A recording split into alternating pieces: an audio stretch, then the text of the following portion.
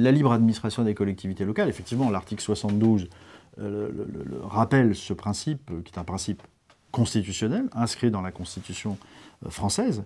Mais je rappelle que les collectivités, je n'ai plus le texte en tête, mais les collectivités s'administrent librement, c'est ça la libre administration, dans les conditions prévues par la loi. C'est ce que dit la Constitution, dans les conditions prévues par la loi.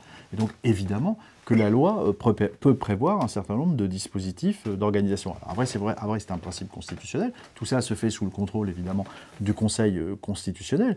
Mais on ne va pas faire du droit des collectivités locales sur un sujet pareil. C'est quoi la cible? La cible, c'est les communes qui organisent leurs services publics en cédant, finalement, à l'islam politique. En cédant à une revendication de l'islam politique, en organisant le service public d'une façon qui va être, je donnais un exemple très précis, avec des horaires d'ouverture pour les femmes à certains moments, pour les hommes dans certains moments.